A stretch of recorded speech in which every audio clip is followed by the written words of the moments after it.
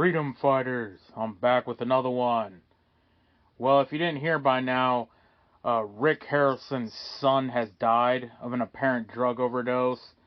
And I don't know if you know who that is or if you ever watched the show Pawnstars. It's a pretty popular mainstream show, and it's about a pawn shop in Las Vegas. And it's pretty interesting, some of the stuff that goes in there, and they give you a little history lesson on, some of the stuff and everything. But yeah, I heard this a few days ago, and I was thinking about them, giving them my prayers and my condolences to the family. But I was thinking about it, and I'm like, man, this family is like the embodiment of the American story, or of the West in general, really.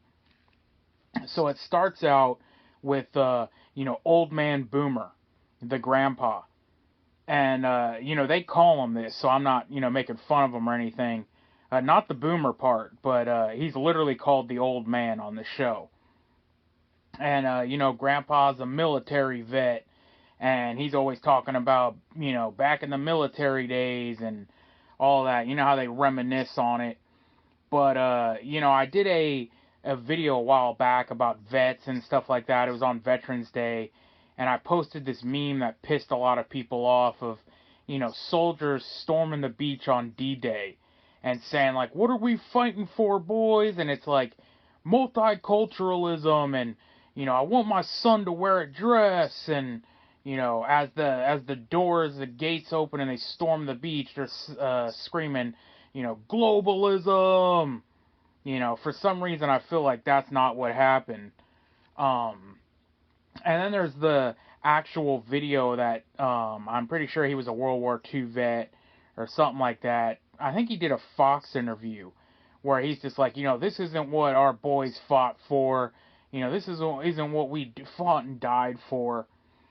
The things we did and the things we fought for and the boys that died for it, it's all gone down the drain. And that's not what our boys, that's not what they died for.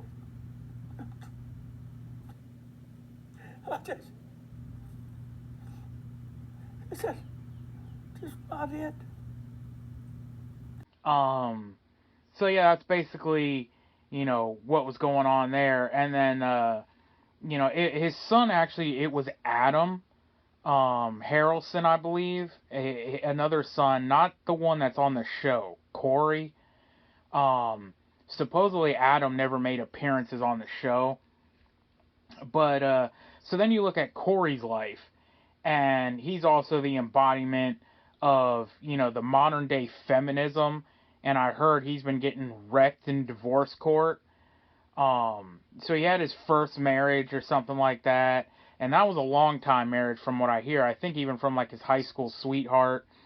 I'm not sure what ended up happening with that, but then his recent marriage looks like, he picked up a gold-digging bimbo who dropped him like a hot sack of potatoes and is also wrecking him in divorce court. And then, she posted something about how it was irreconcilable differences because he works too much and all that. And it's like, you took vows, till the very end through sickness and, all that, all the problems to the very end before God. And then it was like a couple months after getting married, or maybe a year. I think they said it lasted a year. And then she's just like, oh, well, you work too much. I never understood this. These people that marry these celebrities or athletes or whatnot, basketball players, football stars or whatnot. And then they're like, oh, well, you're just too busy. Like, did you not know who you were marrying when you married them?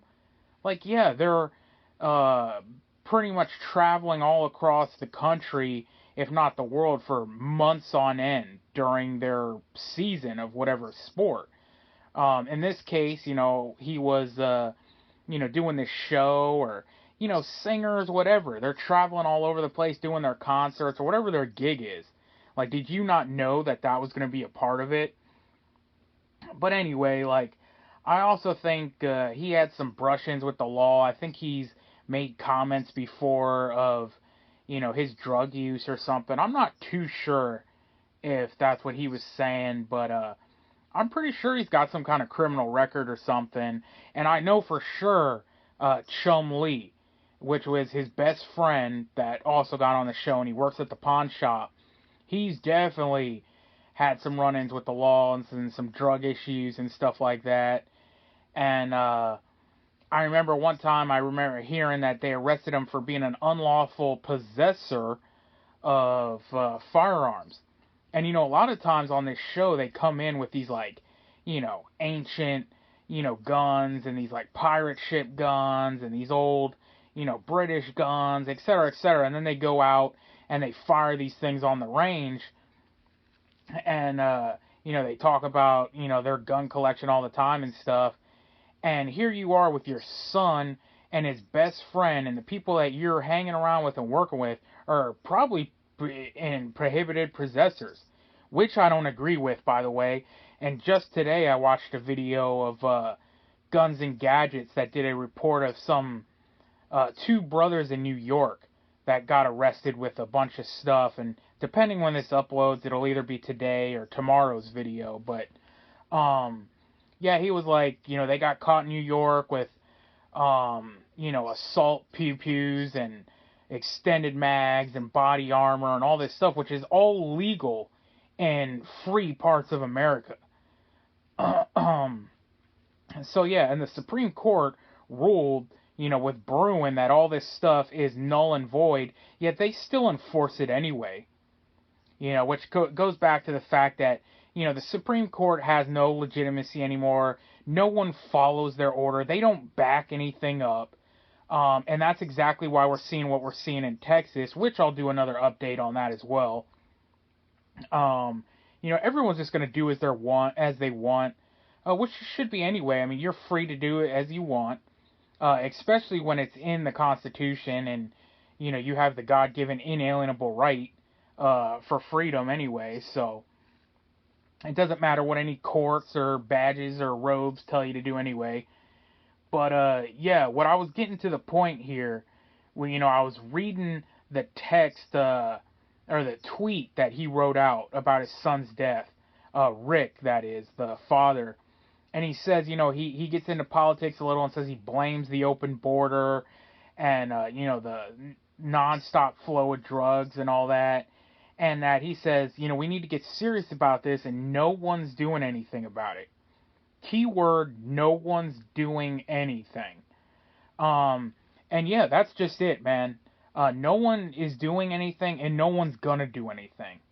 You remember during Trump's presidency, he made a big deal about the angel moms and all those, moms who've lost their sons and daughters because of this. They're flooding our communities with this stuff.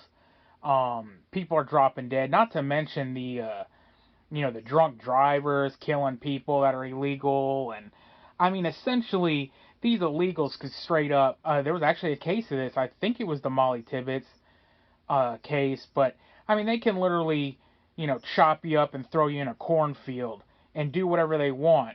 And at the end of the day, no one's going to do anything about it. They're going to continue to let the illegal migration go, and, ain't nothing happening.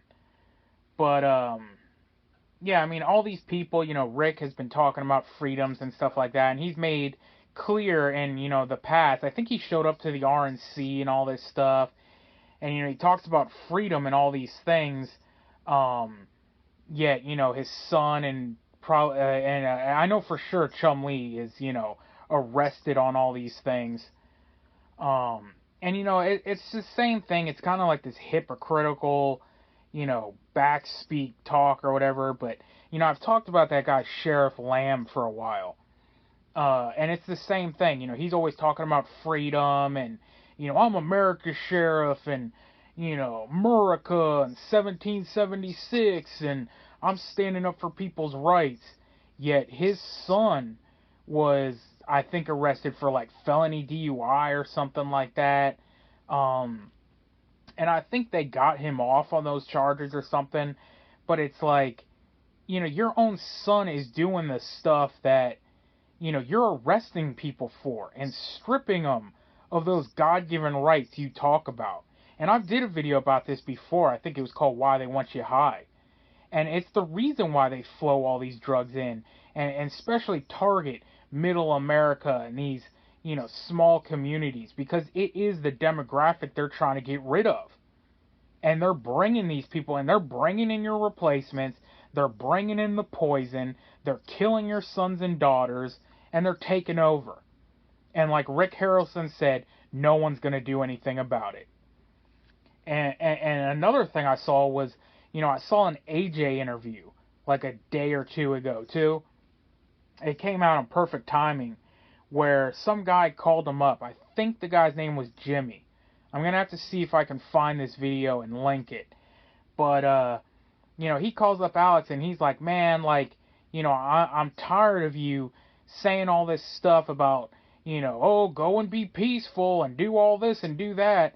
But you're talking about, you're selling all these George Washington 1776 t-shirts, and you're chanting 1776 again, and the answer to 1984 is 1776, yet it's always like, just wave your signs and go vote this year and write your congressman, and you're just going to vote your way right into freedom. And he goes off and says, oh, we can't do anything, and his previous co-host, Joe Biggs, is now sitting in prison for shaking a fence. It's literally like, just wave your signs and maybe one day your freedom will come back and they won't stick you in a gulag or they won't kill you. But yeah, he's just like, man, if you're not gonna lead now, he says this, I guess your time is up. Because the people are awake, we realize it, and the question is, the time is when. When is the time? And then he gets this lady that comes on right after Jimmy shows up and goes, oh, that last caller was the problem with America these days, and we don't need those people. And it's like, really, that's the problem? People who are trying to take care of the problem are now the problem? And this is why we have a civil war within our own community. Within our own people, we have a lot of, rhinos and do-nothing, whatever you want to call them. They call themselves patriots as well, but, they're not the 1776 patriots. They're not. George Washington was, flowing across the Delaware and killing people on Christmas night. That's what he was doing. He was getting shit done. The people at Lexington and Concord stood up against the Redcoats, the largest standing army at the time, and, put it to work. And then now people think 1776 means write your congressman. But, let me know if you're on Team Jimmy or, Team AJ or that lady. But, back to the point of the video. I'm not trying to be derogatory towards them or anything, but, it is what it is. They did accomplish the American dream. They got a successful business. They made millions of dollars. But at what cost? It's like your children and your grandchildren are a bunch of criminals. They're dropping dead. They're stripped of their freedoms and their rights. And they can't get jobs. The country's falling apart. But, hey, I guess you made it, right? That's the boomer way. But, anyway, let me know what you think. But, as always, you know what I say, we are on our own. No one's coming to save us. So get right with God, because only God can save you. Freedom Fighters out.